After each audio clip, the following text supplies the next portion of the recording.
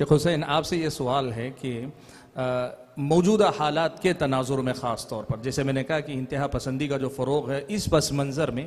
وہ کیا تدبیریں ہو سکتی ہیں کہ جن کو اختیار کر کے یہ تعایش کی کیفیت، پرامن بقائے باہم کی کیفیت کو اور امن کے تحفظ کو ہم فروغ دے سکتے ہیں؟ کیا چیزیں، کیا تدبیریں ہو سکتی ہیں اس سلسلے میں؟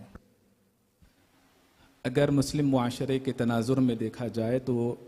اختصار کے ساتھ یہ بات کہی جائے گی کہ جس قدر معاشرہ رب شناس ہوگا اسی قدر پرامن ہوگا،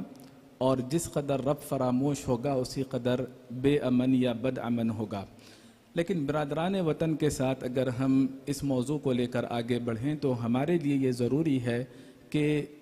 خدمت خلق یا خدمت انسانیت یا انسانی اقدار کی بنا پر خدمت خلق کو ہم اہمیت دیں۔ جیسا کہ نبی صلی اللہ علیہ وسلم نے کہا کہ خیر الناس انفعهم للناس، صدقات و خیرات کا دائرہ صرف مسلم معاشرے تک نہیں رکھا گیا بلکہ انسانیت کے لیے اور حیوانوں کے لیے بھی اسلام نے اسے کھول کر رکھا ہے۔ مکی دور میں اگر ہم سیرت کا مطالعہ کریں تو پتہ چلتا ہے کہ جو نبی صلی اللہ علیہ وسلم کے دشمن تھے وہ بھی یہ کہنے پر مجبور ہو گئے انسانیت نواز کا لقب دینے کے لیے کہ آپ فلاں فلاں خیر کے کام کرتے ہو، صلہ رحمی کرتے ہو، بے سہاروں کا آپ سہارا ہے، وغیرہ وغیرہ، مہمان نواز ہیں۔ ان تمام اقدار کو دوبارہ زندہ کرنے کی ضرورت ہے۔ قرآنی نقطہ نظر سے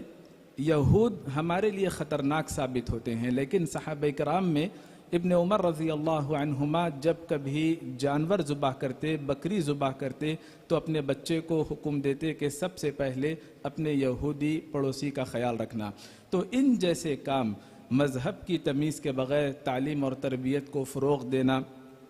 طب کے میدان کی خدمت کرنا، بیت المعمرین، ان جیسے امور کا قیام کرنا اور اس جانب توجہ دینا، جب ہم یہ کام کریں گے تو انشاءاللہ دونوں معاشروں میں تعایش سلمی ممکن ہے۔ واللہ اعلم۔